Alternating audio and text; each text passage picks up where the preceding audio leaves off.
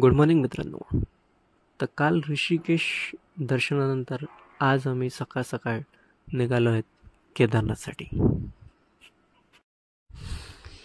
केदारनाथ जायला आपल्याला हरिद्वारवरून प्रायव्हेट गाड्या किंवा प्रायव्हेट बसेस वगैरे भेटतात. तसंच ऋषिकेशवरून सरकारी बसेस किंवा प्रायव्हेट व्हेकल वगैरे आपल्याला भेटून आम्ही ऋषिकेशवरून सकाळ पहाटे लवकर उठून एक प्रायव्हेट गाडी घेतली. त्याच्याने आम्ही निघालेलो आहोत केदारनाथ.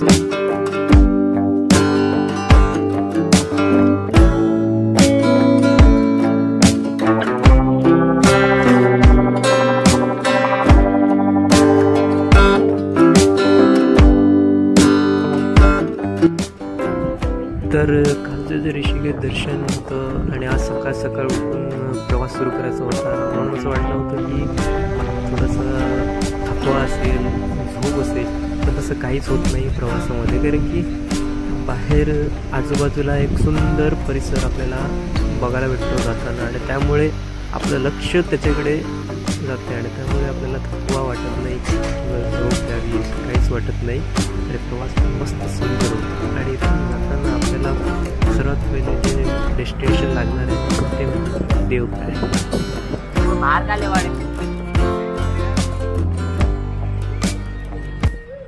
2 तासाच्या आणि 69 किलोमीटरच्या प्रवासानंतर आपण येऊन पोचतो देवप्रयागला.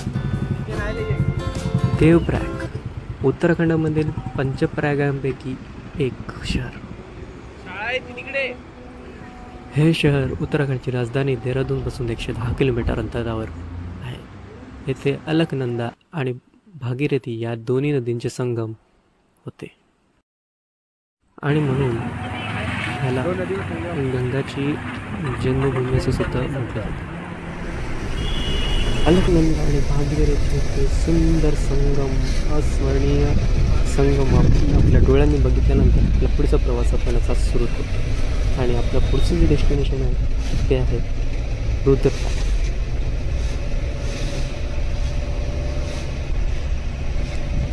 उंच उंच डोंगर, घनदाट झाडी आणि आजूबाजूचा हा अस्मरणीय निसर्ग असा आपला प्रवास सुंदर रीतीने चालू आहे आणि आपण केदारनाथच्या हळूहळू जवळ जातो. 134 किलोमीटरच्या प्रवासानंतर आपण येऊन पोचतो रुद्रप्रयाग. तर देवप्रयागला अलकनंदा आणि भागीरथीचे संगम बघितल्यानंतर आपण रुद्रप्रयागला आल्यावर आपल्याला इथे अलकनंदा आणि मंदाकिनी ह्या नदींचे संगम बघायला भेटतो आणि हे शहर अलकनंदा आणि मंदाकिनी या नदींच्या संगमावर वसलेले आहे.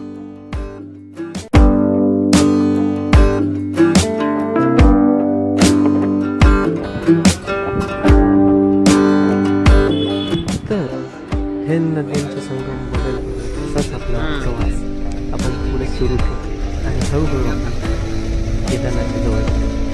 आता केदारनाथ पोचण्या अगोदर आपण पुढचं डेस्टिनेशन असणार आहे सोनप्रयाग.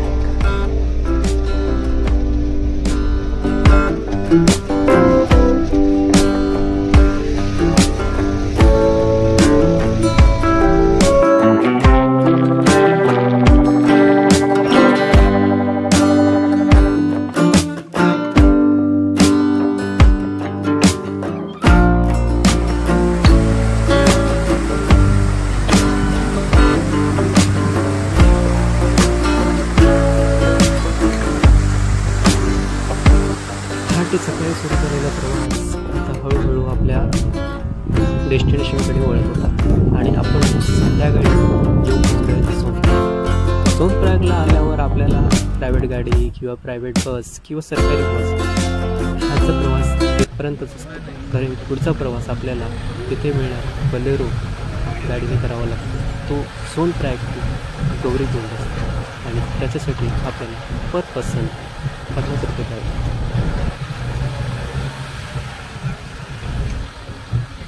7 ते 8 तासाच्या प्रवासानंतर आपण येऊन पोचतो गौरीकुंडला. गौरीकुंडला आल्यावर आपल्याला एक रूम शोधून तिथे राहण्याची व्यवस्था करावी. गौरीकुंड हे एक पवित्र स्थान आहे. इथे एक गरम पाण्याची कुंड आहे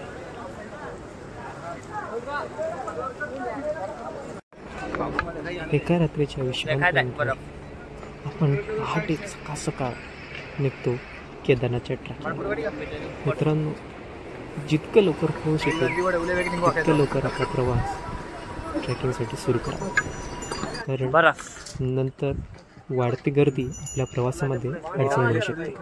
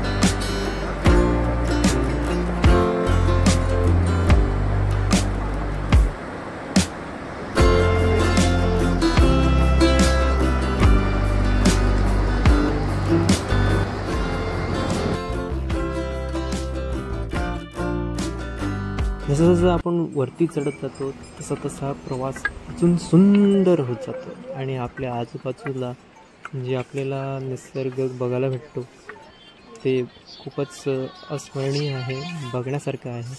पण आपण जसं जसं प्रवास पुढे जातो तसा तसा तो प्रवास अजून कठीण होत जातो. सुरुवातीच्या प्रवासामध्ये थोड्याशा सरळ शिड्या किंवा सरळ रस्ता आहे, त्याच्यामुळे आपला प्रवास मोठ्या उत्साहात पटापट पुढे जातो आणि नंतर जसं जसं आपण पुढे जातो तसा थोडासा अवघड होतो. मित्रांनो, जेव्हा आपण प्रवासामध्ये पुढे बघतो ना तर असं वाटतं की हा प्रवास आपला पूर्ण झालेला आहे आणि आपण आता पोचलो जातो.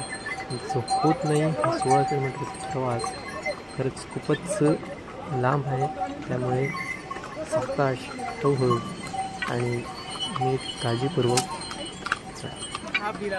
हा प्रवास सुरू करताना जास्ती वजन वस्तू आपल्याबरोबर घेऊन जाऊ नका.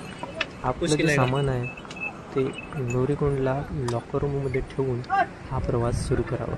आपल्यासोबत फक्त एक पाण्याची बाटली किंवा खाण्यासाठी फ्रूट्स वगैरे तेवढंच कॅरी करा, कारण की त्याची गरज आपल्याला जाणवेल. जसं जसं प्रवास पुढे जाईल तसं तसं पाण्याची जी कमतरता आहे ती आपल्याला जाणवेल आणि पाणीसुद्धा तिथे भेटतो. तिची प्राईस हळूहळू जसं जसं आपण वरती जाते तसं तसं महाग होत जातो.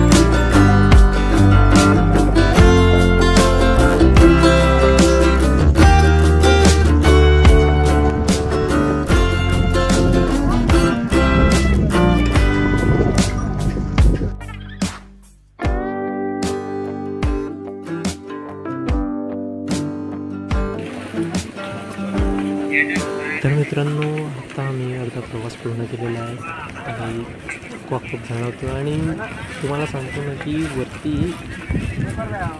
कधीही वातावरण बदलू शकते. आणि बघा, आता स्नोफॉल होणार आहे आणि स्नोफॉलची मजा आपण पुढे घेऊया.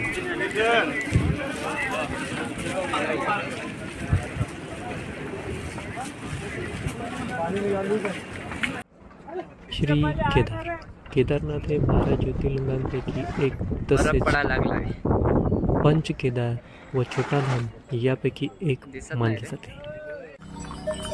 हिमालयाच्या पर्वतामध्ये स्थापित केदारनाथ मंदिर याची निर्मिती पांडवांनी केली असे मानले जाते. तर शंकराचार्य ह्यांनी ह्याचे पुनर्जीवन केले असे मानले जाते. तर मित्रांनो, स्नोफॉल पडायला सुरुवात झालेली आहे आणि तशी थंडी जी आहे ती वाढत आहे आणि स्नोफॉल त्याची मजा पण आपण घेतो आहे. पण थंडीनेही जे तापमान जे आहे ते खूप कमी झालेलं आहे आणि त्यामुळे श्वास घेण्यामध्ये वगैरे त्रास जाणवायला लागलेला आहे. आणि आपण हळूहळू आपल्या डेस्टिनेशनकडे, आपल्या श्री केदारनाथ मंदिराजवळ कुठं चाललेलं. सुंदर स्नोफॉल.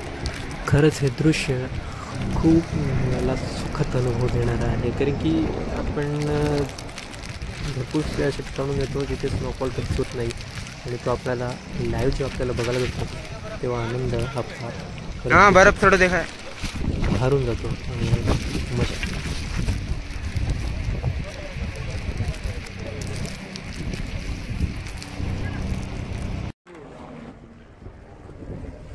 तर फायनली मित्रांनो, हा 16 किलोमीटरचा प्रवास आपण पूर्ण केलेला आहे आणि आता आपण आलेलो आहोत केदारनाथ मंदिराच्या एकदम जवळ आणि स्नोफॉलसुद्धा थांबलेला आहे. तर आता रूम शोधायची आहे आणि मग केदारनाथ मंदिराचे दर्शन आपल्याला घ्यायचे आहे.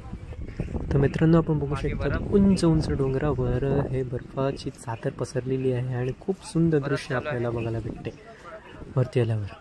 तर आता आम्ही थकल्यात, थोडासा रिलॅक्स करतायत आणि नंतर आपल्याला रूम शोधायची आहे आणि रूम घेतल्यानंतर तिथे सामान ठेवून आपण केदारनाथच्या दर्शनासाठी जायचं आहे. दर्शनासाठी मंदिरामध्ये लाईन लावायची आहे.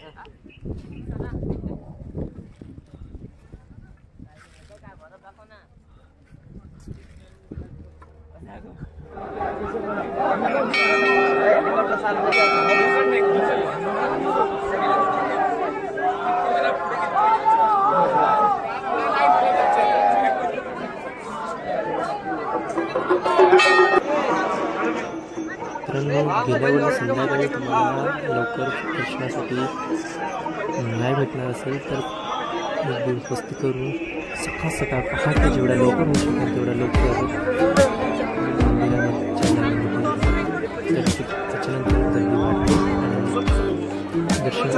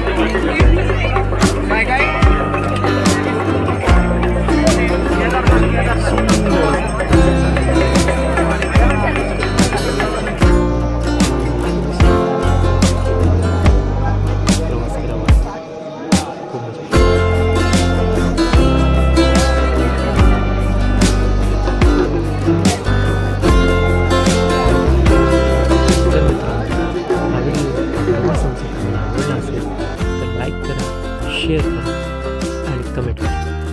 भेटूया